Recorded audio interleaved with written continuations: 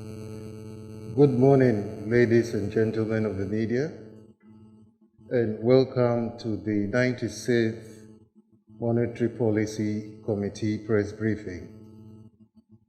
The MPC met last week and reviewed the recent global and domestic economic developments, including the outlook for the economy.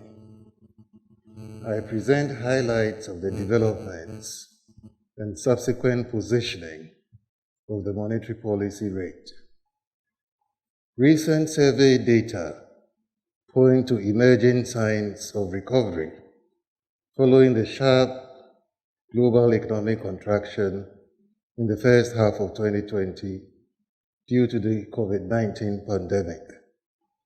The recovery has been underpinned by coordinated large fiscal stimulus packages, supportive monetary policies, and widespread easing of restrictions, especially in countries that have made significant progress in containing the spread of the virus. The recovery is expected to continue, but at a gradual pace. A key downside risk is the resurgence of a second wave of the pandemic, which is generating uncertainties and posing risks to the anticipated recovery. This notwithstanding, sentiment on the global financial markets have improved. Equity prices rebounded strongly from the March 2020 sell-off. Corporate and sovereign bond spreads have narrowed, while capital and portfolio flows to emerging market and frontier economies improved in August. These developments helped ease pressures on currencies in some emerging market and frontier economies. Sovereign risk spreads for some sub-Saharan African countries have also begun trending downwards, indicating lower investor perception of risks.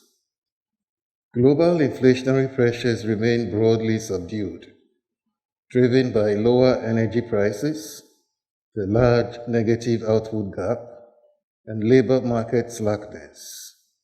In addition, core inflation remains low in advanced economies, and inflation projections have generally been revised downwards in the near term.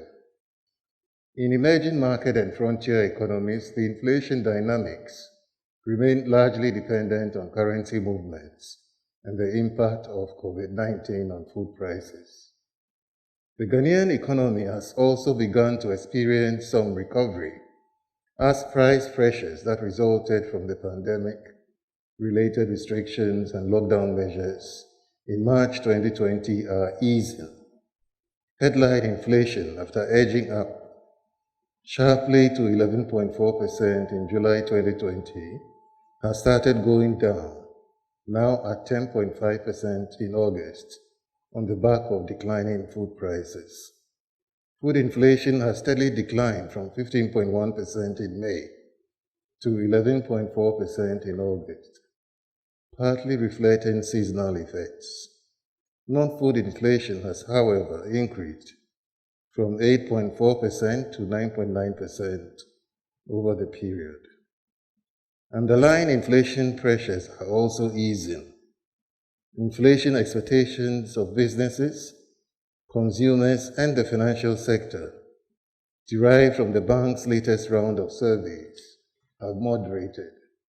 The bank's core inflation measure, which excludes energy and utility, also declined marginally. As expected, the latest data released by the Ghana Statistical Service confirms the full impact of the pandemic on economic activity in the second quarter of 2020. The GSS data showed that real GDP contracted by 3.2% in the second quarter of 2020, compared with a growth of 5.7% for the corresponding period in 2019. Non-oil GDP also contracted by 3.4% relative to the 4.3% growth in the same comparative period. The industry and services sectors have been most affected by the pandemic, contracting by 5.7% and 2.6% respectively. The worst affected subsectors, hotels and restaurants, trade and manufacturing, contracted sharply by 79.4%, 20.2%, and 14.3% respectively. Notwithstanding the contraction in the second quarter, high-frequency data available to the Bank of Ghana shows some green shoots of rebound in economic activity. From the Bank of Ghana surveys in August, consumer confidence is bouncing back strongly and is currently above pre-lockdown levels.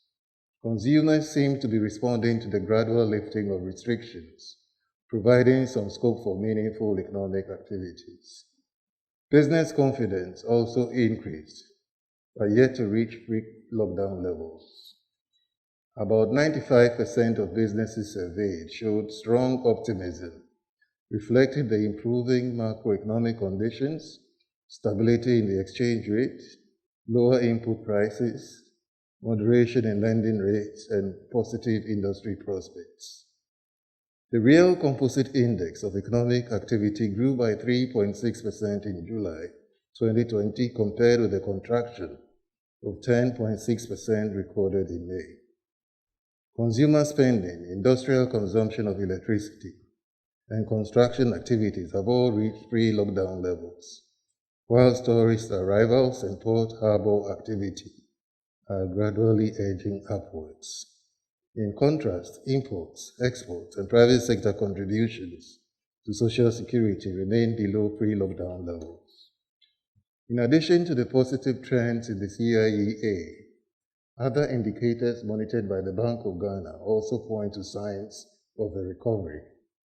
With the exception of workplace clusters, which still remain below baseline, all other indicators embodied in the Google mobility data, commuting and traveling, visit to supermarkets and pharmacies, and residential activity have moved above baseline.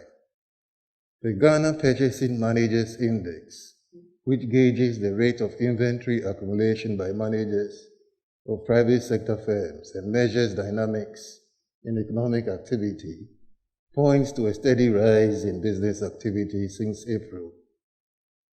On fiscal policy, provisional data on budget execution for the first 7 months show an overall budget deficit of 7.4% of GDP against a revised target of 7.2% of GDP, as the COVID-19 pandemic continued to impact fiscal operations.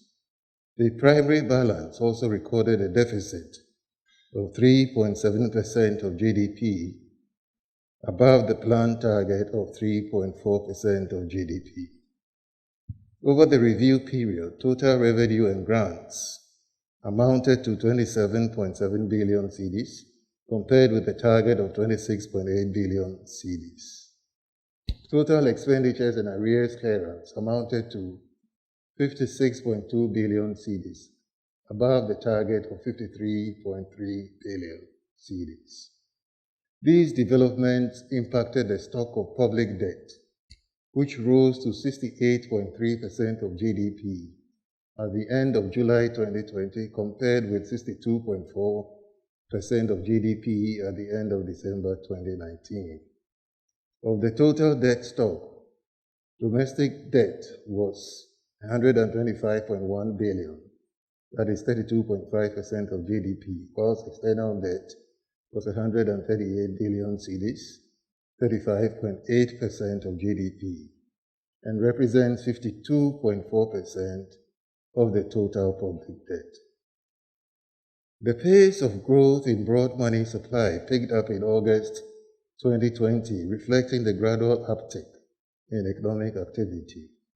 M2 Plus grew by 24.8% year-on-year, compared with 11.8% in the corresponding period of 2019. The increase in total liquidity was driven by net domestic assets and net foreign assets.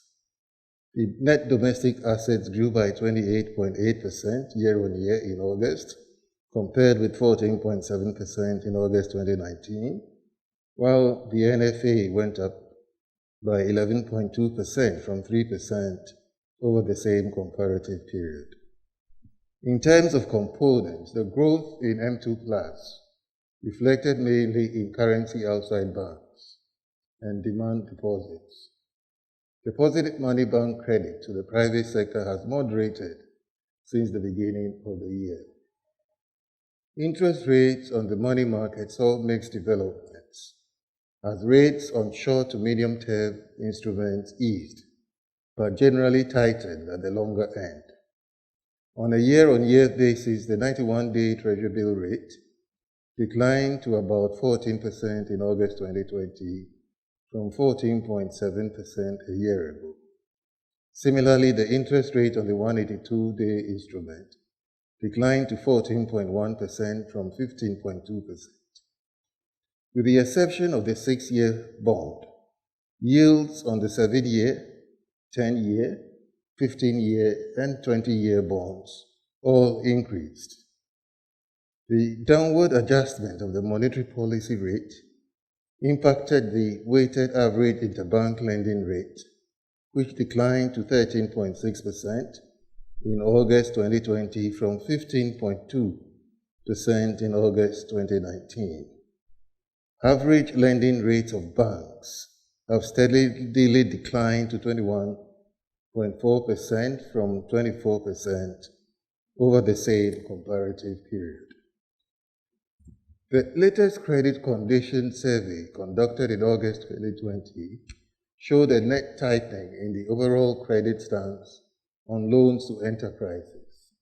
However, as economic activities continue to pick up, demand for credit by households and firms will also pick up. Banks have signaled a net easing of their credit stance on enterprise loans in the months ahead. Cumulatively, from the beginning of the year to August 2020, new advances have totaled 20.9 billion cedis, compared with 15.8 billion cedis for the same period of last year. The banking sector remains liquid, well-capitalized, and well-positioned to support growth. The sector remains robust, as reflected by the strong financial soundness indicators in the Banking Sector Stability Index. Banks are well capitalized to contain short-term liquidity pressures and any possible worsening of the economic environment. The NPL ratio has declined marginally, and profitability remains strong. The recent survey results revealed that while the pandemic has increased the industry's cost of operations, banks have not passed on the associated costs to consumers through higher interest margins. On trade, prices of the key export commodities continue to trade mixed in the year to August 2020. Crude oil prices have declined by 30.9% from the beginning of the year to August 2020, primarily due to the low demand as a result of the COVID-19 pandemic. Crude oil prices averaged $44.3 per barrel in August. In contrast, gold prices averaged $1,971.1 per fine ounce at the end of August, representing a year-on-year growth of 33.1%, supported by accommodative monetary policy, increased uncertainty, and the global economic slowdown due to COVID-19. Cocoa prices averaged $2,482.1 per ton in August 2020, representing a 1.4% year-on-year decline. The price movements, especially for crude oil, impacted adversely on the external sector. In the first 8 months of the year, total exports contracted by 9.9% year-on-year to $9,622.3 million, driven mainly by the sharp decline of $1,142.5 million in crude oil export receipts due to the drop in prices. Gold and cocoa export earnings, however, increased by about $400 million on account of favorable prices and production volumes. Total imports also contracted by 9.2% to $8,304.3 million on account of a 28.6% and 4.7% contraction in oil and non-oil imports, respectively. These developments resulted in a lower trade surplus of $1,318 million. That is 2% of GDP in the first 8 months of 2020, compared with $1,421 million. That is 2.1% of GDP in the same period of 2019. Gross international reserves at the end of August 2020 was $8,561.9 million, providing cover for 4 months of imports of goods and services. The reserve level compares with a position of $8,418.1 million, also equivalent to 4 months of import cover recorded at the end of December 2019. The strong foreign exchange reserve position has provided an anchor for exchange rate stability. Cumulatively, the Ghana cedi has depreciated by 2.9% against the US dollar in the year to 23rd September 2020, compared with a depreciation of 9.3% a year ago.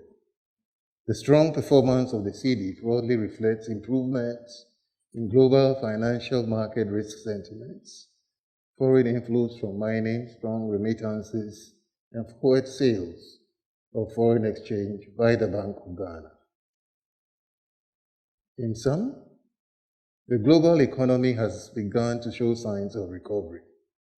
The recovery and improving sentiments on global financial markets should help ease pressure on emerging market currencies. Emerging market sovereign spreads have tightened in response. The external environment, which has improved, should provide support to Ghana's economic recovery. However, there are uncertainties in the external environment which needs to be carefully monitored to ensure that Ghana continues to safeguard international capital market assets. On the domestic front, the policy and regulatory relief measures introduced by the Bank of Ghana have enhanced liquidity in the banking system, preserved capital buffers, and provided relief to customers severely impacted by the pandemic. These measures have also helped banks and specialized deposit-taking institutions provide support to critical sectors of the economy to mitigate the adverse impact of the pandemic.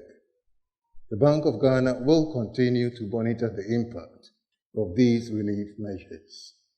On the real economy, despite the contraction in the second quarter, the indication is for improved growth out there in the third and fourth quarters. Leading indicators of economic activity point to a recovery. A sustained level in consumer and business confidence, broad-based growth in the indicators of the CIEA are all supportive of positive growth conditions in the outlook. From the above, it is estimated that growth in 2020 will be between 2 and 2.5%. Fiscal policy has been a source of considerable stimulus, driven by exceptional expenditures directed towards goods and services, capital expenditures, COVID-related spending, and in the energy sector. As of July 2020, the budget deficit was higher than programmed. Indications from banking data point to a faster budgetary execution in August relative to the annual target of 11.4% of GDP, supported by exceptional domestic and foreign financing sources.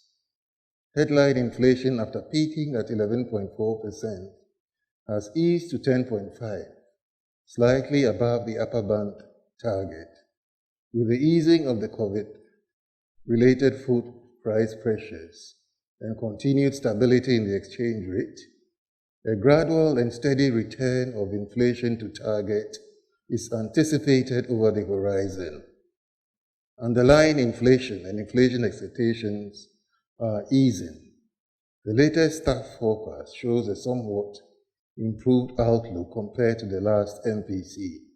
And in the absence of unanticipated shocks, inflation should return to the medium-term target by the second quarter of 2021.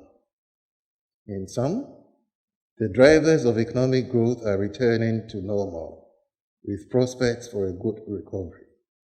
Monetary and fiscal policies have been supportive, providing the necessary underpinnings for the economy to withstand the negative output shock arising from the pandemic. However, this has come at the cost of moving away from the consolidation path and could pose a risk to long-term macroeconomic stability if decisive measures are not taken to define a feasible fiscal adjustment to stabilize debt. Under the circumstances, the committee's view is that the risks to the immediate outlook for inflation and growth are broadly balanced, and decided to keep the policy rate unchanged at 14.5%. Thank you. My name is Toma Emiri. I present Gold Street Business newspaper. Governor, in your presentation, you said that your latest surveys of both business and consumer confidence shows that confidence is rising. Okay, but when we're looking at interest rates and yields, you said that even though while short-term yields have been falling, medium to long-term yields, with the exception of 6-year bonds, have all gone up. Does this imply that, or does this suggest that the confidence being shown in the surveys is just based on a very short-term horizon, and that over the longer term, there's still a lot of uncertainty among people who are surveyed? Good morning, Governor. My name is Etona. I report for TV3. My question is a bit loaded. Pardon me. So, on the real sector, the Composite Index of Economic Activity has returned into positive growth since June 2020, and largely due to the gradual easing of restrictions, I believe. Now, is this a sign that real GDP growth would bounce back into positive territory in the third quarter after contracting in the second quarter? On price development, headline inflation dropped to 10.5% in August, but core inflation remains largely above the headline inflation. This indicates heightened underlying inflationary pressures. My question is, does this mean that we should expect the headline inflation to return to an upward path after the third quarter harvest season elapsed? And does this strengthen the expectations of ending this year with double-digit headline inflation? The third one is on monetary indicators. The latest summary of economic and financial data show that currency outside banks has been growing above 30% since May this year.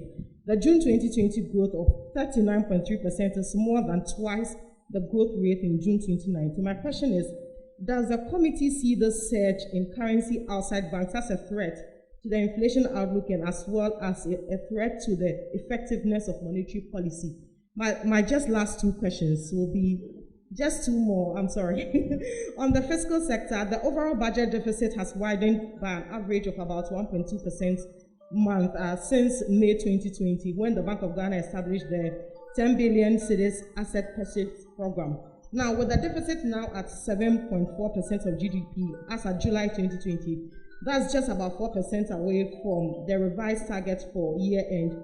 In view of the widening financial gap of the Treasury, is the Bank of Ghana considering the release of the remaining 4.5 billion cedis from the 10 billion cedis asset purchase program, and how much of an upside risk will this pose to the inflation outlook in terms of extending the horizon before we revert into the target band? This one is just an observation. I'm hoping that you clarify that for me. Just one more. My name is Robert Atayewa, reporting for Business and Financial Times. Governor, please, can you give us dates on how much has been recouped so far from the financial sector bailouts? And secondly, just a few weeks ago, there was an attack on a bullion van in the Ashanti region. And the question that has been on the minds of many is, we realize that the vans are not bulletproof vans. Most of the banks are not using bulletproof vans. Does it meet the requirements of the Bank of Ghana? If no, then what directives have you issued to address this security? Thank you very much. Bonjour, mon Governor. You mentioned energy declining. We find that still we have energy increasing in the street. And in terms of the policy rate you mentioned is maintained at 14.5. Now, how are we to catch up with the other policy rates that we couldn't change for the third and fourth quarter? Has this, because of the COVID-19, has the change or no change of the policy rate affected the first two quarters? And can we bounce back to what we lost in the third and fourth quarter? Thank you. Yes, well, thank you very much for a set of very interesting questions on various issues. Let me take the first one from Toma on this survey of business confidence and the mixed developments on the money market. And your question was whether the confidence was only for the short term, which I think it's a very good question, because what we did see was the shorter dated instruments, 91-day Treasury bill, 182-day Treasury bill, declining, yet the yields on the 7-year bond and the 10-year, 15 and 20-year bonds went up. So I think that it's a good way of characterizing what has happened, because we are seeing inflation coming down, we are seeing business and consumer confidence going up. But we all know that in the midst of all of that, we have a very large fiscal deficit which we are financing. And the bulk of the financing of that deficit is coming in on the longer term instruments where non-residents are also participating, and therefore the interest rates on those longer term instruments have to be attractive enough to continue to be of interest to the non-resident depositors. So in a sense, you can reconcile why this development exists. I mean, if we didn't have a very large fiscal demand for financing, I'm sure the longer term dated instruments would also be going down to reflect the improved, confidence which is coming up. And then the next question, I believe, was on the CIEA turning positive and whether we should expect third quarter growth to also turn positive. But this is really our expectation, that we are beginning to see a recovery. We are beginning to see economic activity recover. And this, in a sense, reflects some of the factors that affected the downturn in the first place, the lockdown issue and the COVID-related restrictions, all of which impacted negatively on growth in the second quarter. So in the absence of these types of restrictions for the third and fourth quarter, we expect that GDP growth would pick up, essentially, for the third and fourth quarter. And then you asked the question about core inflation also going up, even though headline inflation seems to have come down. Even though the core is higher than the headline, you will see that the core inflation also eased. So the issue is, I think the core inflation is around 11% or so, where the headline is at 10.5. But if you look at the trend in the core inflation, you see that it is also coming down and is consistent with the easing of inflation pressures, both on the headline and then at the level of the core as well. I think the reason why the core is probably higher than the headline is the energy and utility, the way energy and utility prices have behaved over the last year. Now, the third question, we had so many questions, was on the monetary aggregates and the behavior of currency outside banks, which have increased by 30%, and whether this was a threat to the inflation outlook. Our assessment is that it isn't a threat to the inflation outlook. One of the issues that we are dealing with is the output gap, partly as a result of the COVID-19 pandemic, and therefore the economy is operating below potential.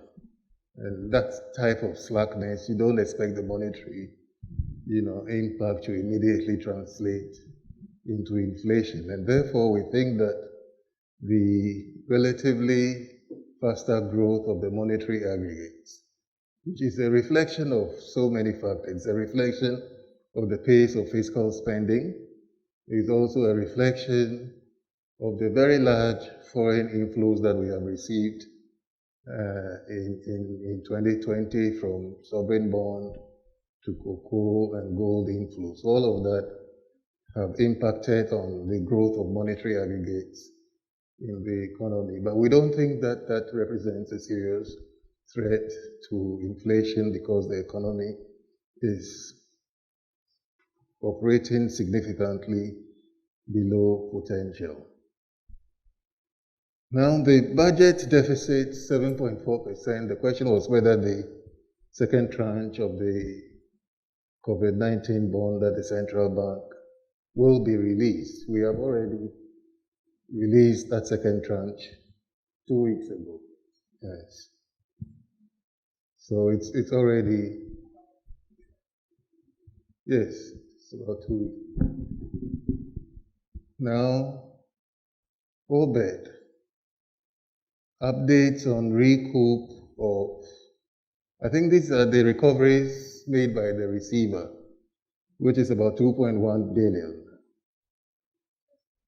2.1 billion CDs. I got some data actually on this. It's from that data. Okay, so that's it. But I wanted to juxtapose that against the potential recovery. Because if you look at the total assets of these institutions that were resolved, you look at the total assets, they're almost at 11 billion of assets that have to be recovered. And therefore, at 2 billion, we are way below where we should be. And this is where we are pushing the receiver to, put in a lot of work to try to recover so that we can minimize the cost of this on the budget. Now, your second question was on the bullion vans in Ashanti region. This is about the third or so that we have occasion that we have had that type of incident, and all of them are using these Nissan pickup trucks that have been converted into bullion vans. It's a matter that the Bank of Ghana has taken seriously. I saw our head of security here, and I think last week we were meeting with the banks to decide on the way forward. We have quite a good fleet of bullion vans, and I'm asking them to see how we can collaborate with the banks so that we would have a more secure way of transporting money around the country. I've also met with the Chief of Air Staff, is that what they call them? The Air Vice Marshal, yes, and he has offered to assist the bank with, lifting currency around the country using some of the aircrafts that they have. So there's a lot of work being done to improve the security of carrying specie around the country. François, c'est difficile pour moi, les choses que tu parlais, moi je ne comprends pas.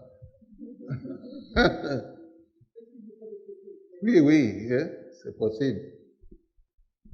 Thank you, Maxi. I'm asking whether the 14.5 that we're maintaining as policy rate, has this affected other policy rates that we did earlier in the year? We did only 2 months before COVID-19 came in.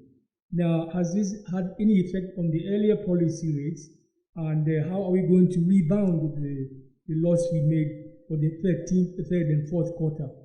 And the world energy prices have not really declined because they've increased tariffs in the street. So I don't see the relation in terms of how the energy is declining, and then maybe this is because of the COVID-19. Yeah, I think you're clearer now. David Hartman. If you remember, yes. We started the year, if you remember, I believe at 16%. That's where the policy rate was. And in response to the COVID shock, we reduced the policy rate by 150 basis points to accommodate the shock and the impact of the shock on the economy and then on the banking sector.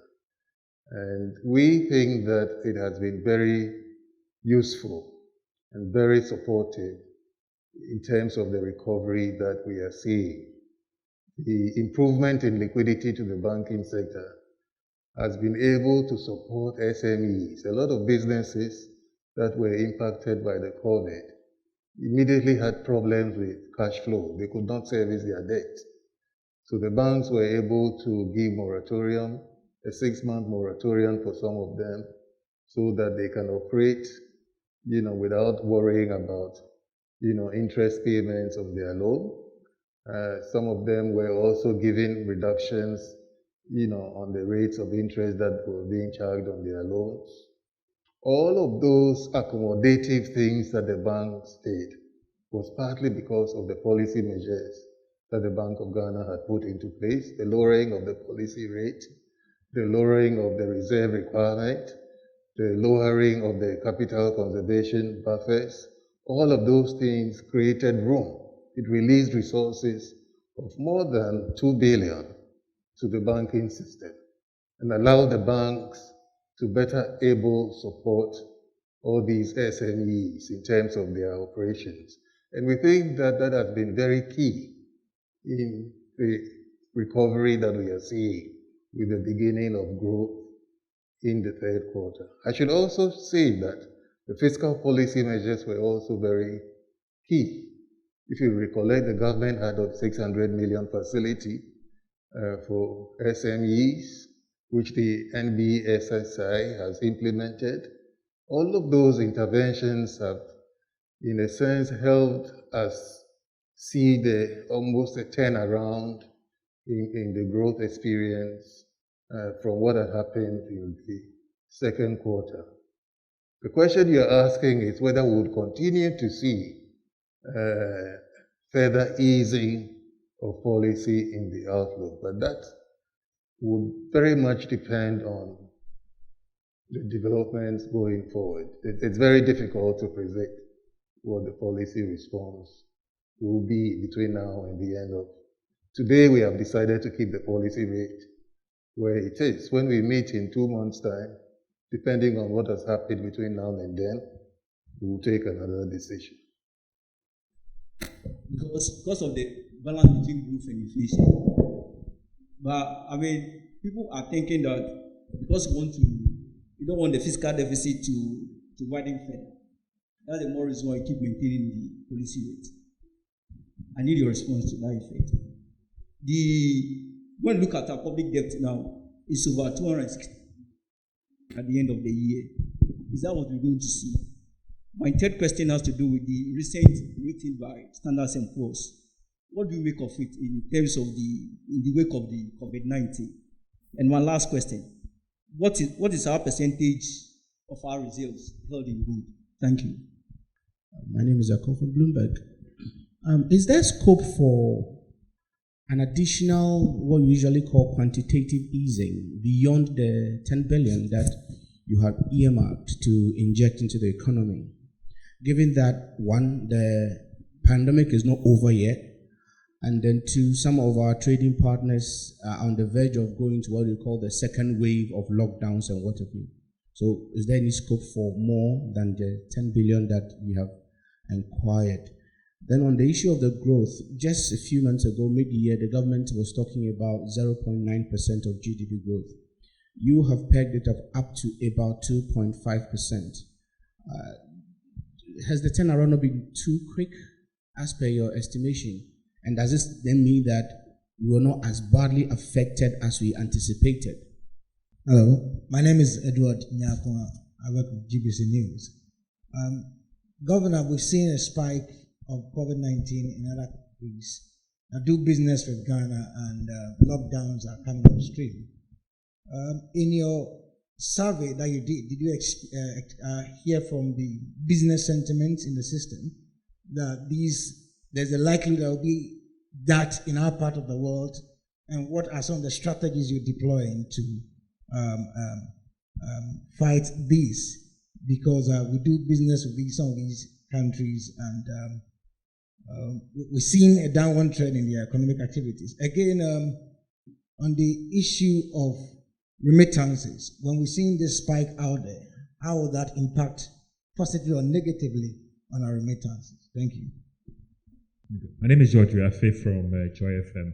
I want to find out, Governor, you talked about how the credit extension has contributed to this pickup. When we also engage some of these small businesses out there, they still complain about, in terms of access to credit from the bank, being a little bit difficult. Can you help us with any, in terms of fresh data from the lockdown period to now, the total amount of credit has been disbursed by these banks to these people, and are they going to the sectors that would again stimulate the growth that you are actually looking forward to? On the Ghana CD as well, you talked about your position being very, very strong right now. Are we that strong to withstand maybe the December challenge and even in the first quarter challenge as well, where a lot of people would want to import to meet their business needs and all those things? I just want to get from you whether the situation is very, very good right now. And finally, in terms of the policy rate, the final one, is our economy not responding to those classical economic theories and all those things? Because if you talked about the economy picking up, why don't you want to again free more credit to the economy so that it would aid the growth that you're looking forward to? Thank you. Good afternoon. My name is Richard. I write for Business 24. My first question has to do with whether there's any room for a further easing of the monetary policy, especially when you put it within the context of the fact that you are expecting the inflation to come within target, I think first quarter or second quarter 2021. Second quarter 2021. And then also, my second question has to do with the payment to the people with locked funds in the financial institutions.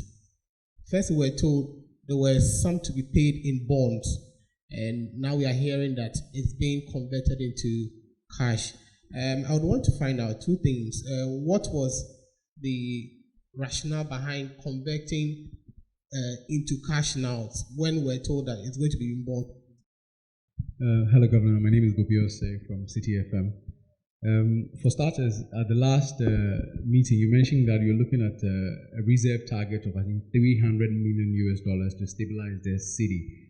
How much of that have we gotten? Are we on track? And still on the city, the Japan royalties deal is still, in the play. We are looking at bringing in some funds. What is your position on the deal, and how much would you be relying on those proceeds to shore up your reserves? And then on Rich's last question on converting bonds to cash,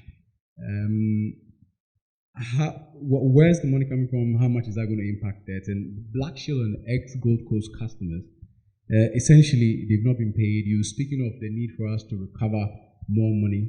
Yes, I don't.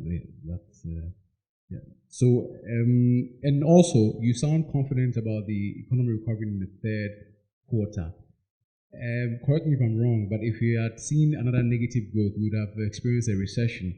we then shouldn't be so concerned about that, because I mean, from what you're saying, we really wouldn't get there. I went to pick my little journalist salary recently, and the money that was put into my hand, at first I was surprised, but then I realized it was in 200 CD notes. Now, but then I remembered that when the two currency notes were introduced, said that it was meant for large transactions.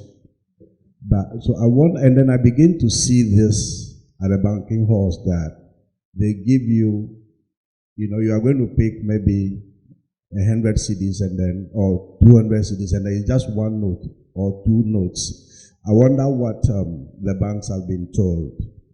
Now, secondly, recently, story came out about FinCEN investigating Kaloti, a Dubai-based gold dealing company, and 5 Ghanaian gold exporters were mentioned in that report, that as having received some payments from Kaloti. Now, they did not accuse them of anything. However, the issue looks like something like money laundering, or something untoward happening. I don't know how the security checks about money laundering are at the moment, but has this come to your notice, and has the bank taken any measures to investigate these gold exporting companies in Ghana? Thank you. Yes, thank you very much for another batch of very interesting questions. I trying to remember who started it. Was this Elom?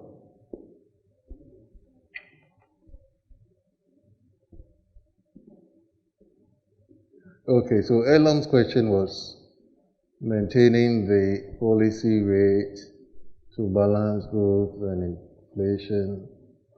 And yes, I remember the argument you made now, whether we abstain from raising the policy rate because we are concerned about its impact on the fiscal deficit. This is the issue that you raised. But I don't think that those considerations are important for us. I mean, we are looking at the broader risks to, inflation and growth. But I appreciate the point that, tightening monetary policy rate when you have a serious fiscal situation could only compound, the fiscal problem, because the interest payments for the budget is a major component of the problem. And therefore, it complicates, the fiscal problem. But that is not the main consideration for the Monetary Policy Committee when we are taking a decision on the policy rate. We are more concerned about the impact on inflation and growth, more than the intermediate targets, which I would call the fiscal deficit. And you related that to where the public debt is, which is of concern to all of us. One of the things we said in the monetary policy statement was on the need to define a fiscal adjustment program looking at 2021 that will help stabilize the debt. So obviously this is something that the central bank is looking very closely at, and we are also interested in seeing the public debt stabilized. On the issue of Standard & Poor's rating, what do I make of it? Well, this is in the context of the COVID-19 pandemic, which has impacted almost every country. And as you are aware, more than 80 countries were downgraded in that exercise, so that the Ghana is not unique in that sense. I think this is the discussion And the finance ministry put out a press release saying that they would rather have not had the rating agencies take that type of action in the middle of a pandemic. But they did, and we all have to live with it and probably console ourselves that we are not the only country that has been impacted on by the COVID-19 imposed credit. If you look at their projections, some of them are very pessimistic, and we don't necessarily agree with the projections that they have made. I think they made one on the exchange rate, which my director of research is very unhappy with. And the development to date does not suggest that the CD would be a major source of risk in the outlook. Now, in terms of the percentage of reserves in months of import cover, that's 4 months of import cover. We're around 8.5 billion in gross reserves.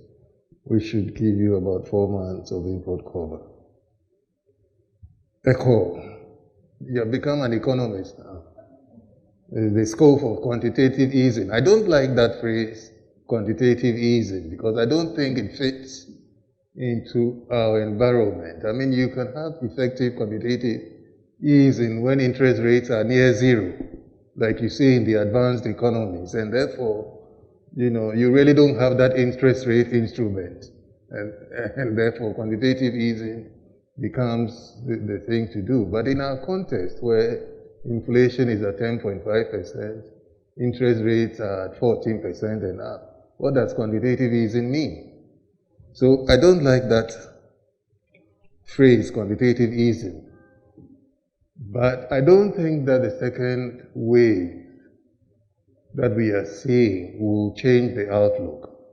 This is the assessment that we have made, that we see that as a downside risk to the outlook. We think that there is a recovery. The recovery is in progress, but we do have some downside risks to that recovery. One of them being the ability of the authorities in those countries to get a grip on the impact of the pandemic on economic activity in the advanced countries. And then your next question was on the revision to the growth outlook. And you are right that things are turning out not as badly as originally anticipated. If you look at the projected second quarter, projected growth, I think it was a negative 5 point something that was projected. And the actual turned to be just negative 3 or so.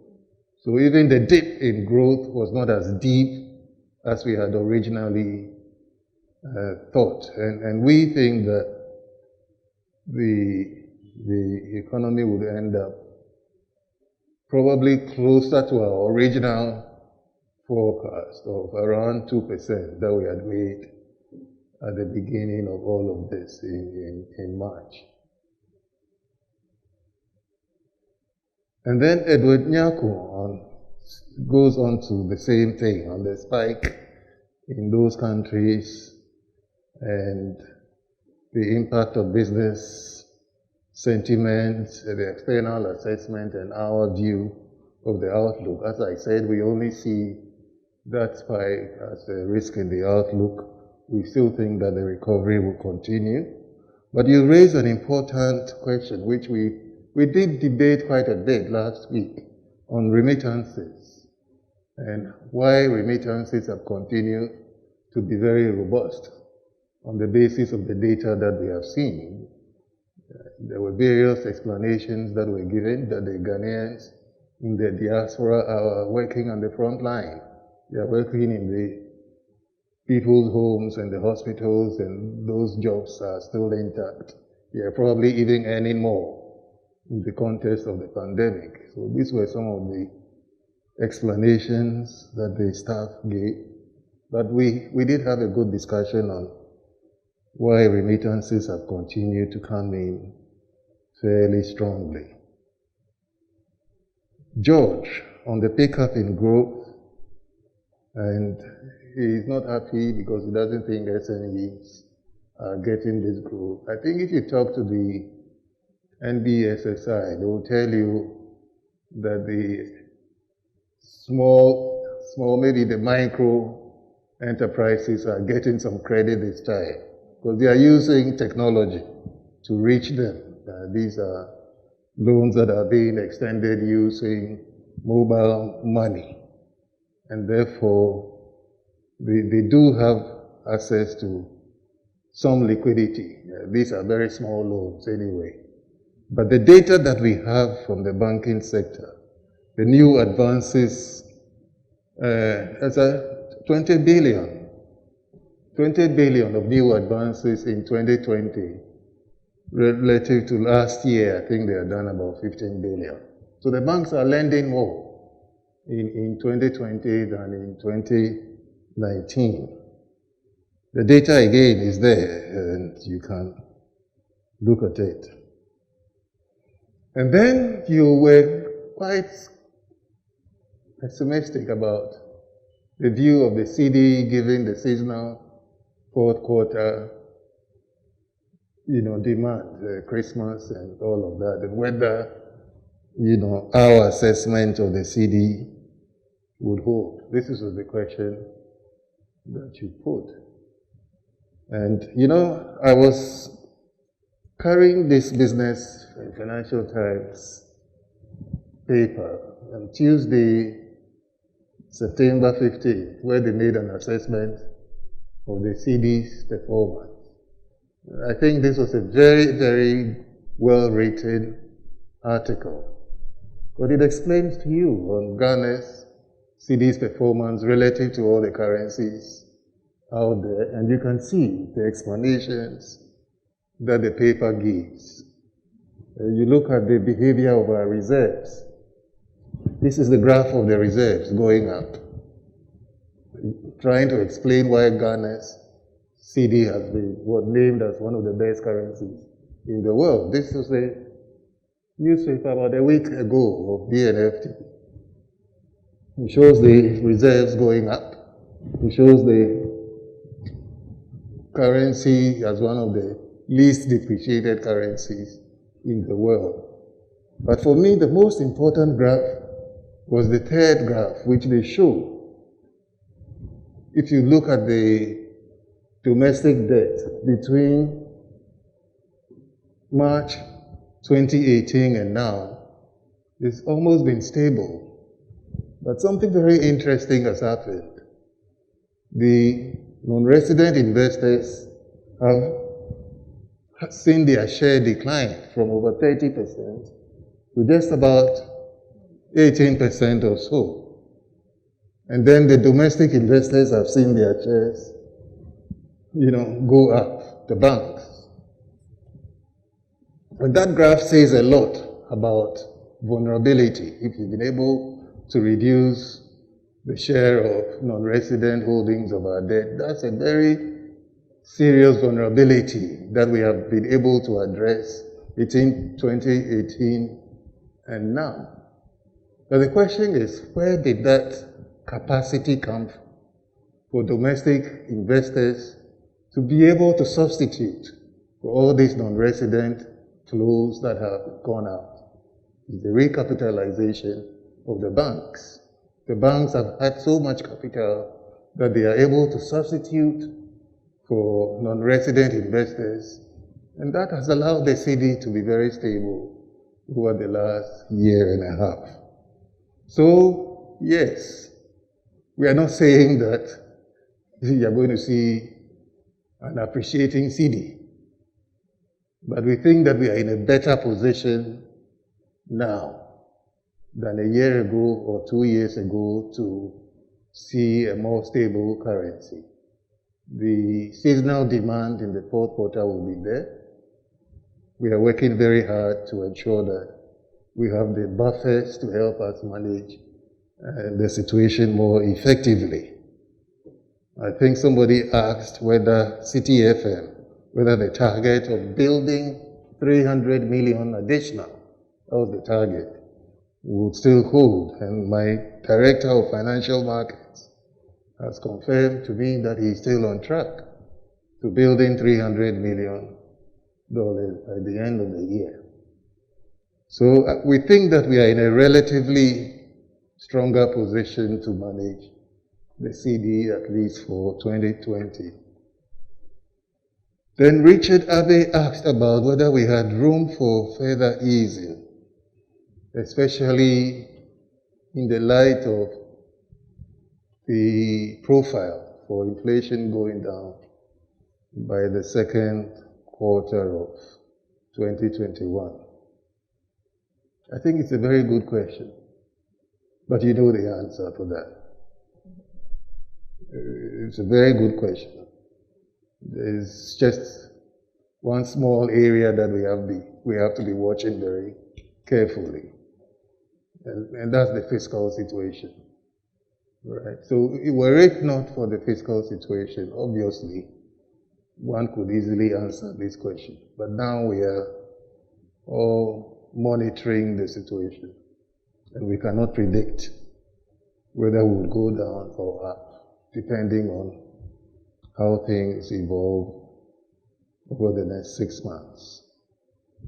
And then the question on people with locked funds. The bonds converted to cash, that's the question you asked. Yes. Maybe I should tell you what I heard. That people who invested in these institutions weren't chasing yield. Remember, these SDIs were paying very high interest rates of over 30%. And if the banks, the institutions cannot pay, why should the government pay up to 31% on these deposits? They should also take part of the blame for, in any case, microfinance institutions are for small savers. You were not supposed to go and put huge amounts of money in microfinance institutions. And this was the rationale behind that zero coupon 5-year bond, which would be amortized over 5 years. Obviously, it was not very popular. It was not very popular, and this was a bond that you could not also easily sell for liquidity on the financial markets. The government took a decision to redesign the bond. So the zero coupon bond was withdrawn, and a new marketable bond was issued. But once you issue a bond which is in line with market trends, it's very easy to be able to sell that for liquidity in the market. So this is what has happened. The bond was redesigned, they reissued. I think a 3-year bond at 19%, which we've been able to offload to the market. Consolidated Bank has received the CD equivalent, and they are using that to pay back to depositors. Impact on inflation, that's why the monetary aggregates are where they are. You're saying currency outside banks is at 30%. We are watching the situation. As I said, the economy, we think, is operating significantly below potential. Therefore, these types of injections should not necessarily translate into inflation in the short term, but it's one of the risks in the outlook that we keep monitoring almost on a daily basis. The City FM question on a Japan deal, I don't think 300 million is predicated, 300 million build-up is predicated on getting 500 million from a Japan. So this is not one of the sources of the build-up in foreign exchange. If it does come in, that would even improve our foreign exchange resources. And you asked the same question about converting bonds to cash, which we have answered. And Gold Coast customers have all been paid. Sorry. Except the SEC, except the SEC, this is the Gold Coast Fund. Well, that's the SEC part of it. So a lot of people are not able to tell the difference between the GN savings and loans, which is under the supervision of the Bank of Ghana, and then the Gold Coast Securities, they call it, and which is under the SEC. But I know that there is quite some progress also on the SEC part of all of this. Justice. The man has a new look for COVID. We were trying to make him out from here with the way his hair has grown. And the 200 CDs that he was giving at the banking hall, yeah. I think you didn't meet a good teller. But I think next time you should ask them to give you smaller notes if that's what you need. It's not compulsory to use the 200 CDs if you don't need it. So that's all that I'll say regarding that. But you raised a very important question, this Kaloti issue and the gold mining companies and the flows in our banking system. Because we have been more or less looking into that area quite a bit since that video which circulated with large cash, and it was attributed to the operations of a gold mining company. So we have been looking at the data on these mining companies and their foreign exchange inflows. As you know, they are a considerable source of foreign exchange liquidity to the banks. We've seen quite a number of firms that have received payments for exports of gold. The issues of money laundering, I can assure you that we are on top of it with the financial, what do we call them? Financial Intelligence Center. And if there is anything of that nature, we will definitely sort that out. So far, I haven't had indications that there is any money laundering involved. But we do know that quite a number of the gold exporters are getting significant inflows from Dubai to the banking system. So that should be it.